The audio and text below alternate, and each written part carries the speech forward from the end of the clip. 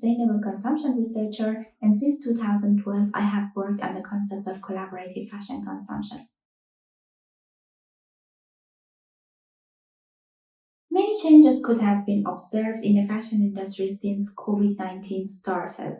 Right after the pandemic and lockdown, stores closed, unsold items were stocked, and some of the fashion workers lost their jobs. What gained attention a lot in the media was mainly about canceling orders and missing payments to the garment workers. Well, these changes put even more pressure on the already vulnerable group of people in the global south countries. On the other hand, some alternative fashion consumption practices were put on hold, mainly because of two reasons. Firstly, because of the hygiene uncertainties and the fear of coronavirus, and also because of the lockdown situations. For instance, second-hand shops were closed and clothing swapping parties could not take place because of the social distancing rules. Meanwhile, because of the changes in the working hours or free time activities, some people had more time for decluttering their wardrobes and putting or sorting their unwanted clothing out. But even these people had difficulties as they had limited options on how to put their unwanted clothing back into the consumption cycle. Regarding the rental practices, also some changes could be observed as weddings have been postponed, parties cancelled, and more people were doing home office. Renting expensive clothing seemed not too worth it.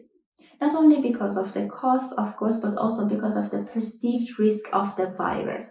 So many subscriptions put on hold or even cancelled. Besides all of these downsides, some positive changes could also be observed in different country contexts.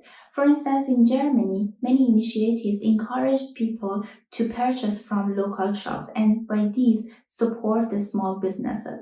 Regarding the collaborative consumption or sharing economy, these skill sharing platforms with all of their online tutorials and patterns for do-it-yourself and repair practices were really popular, and people started to practice do-it-yourself and repair activities again. A very simple example of this is all of these online tutorials for making face masks at home.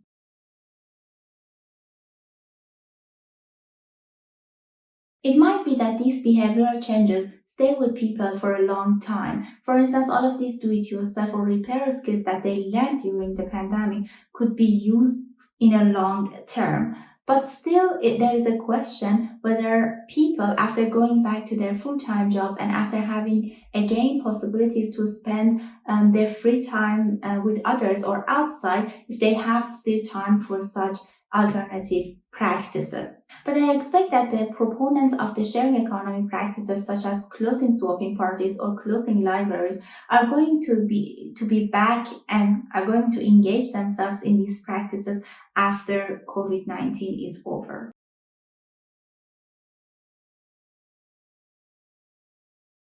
Further research can seek answering the question how the fashion industry will respond to the pandemic in different country contexts and whether companies, for example, use this as an opportunity to move forward toward sustainability in their practices, for instance, to reduce the amount of fashion seasons and as a result, of course, decreasing the air traveling for attending different fashion shows, for example, or whether they will use this pandemic as an excuse not to move forward with their sustainability, responsibility, and goals.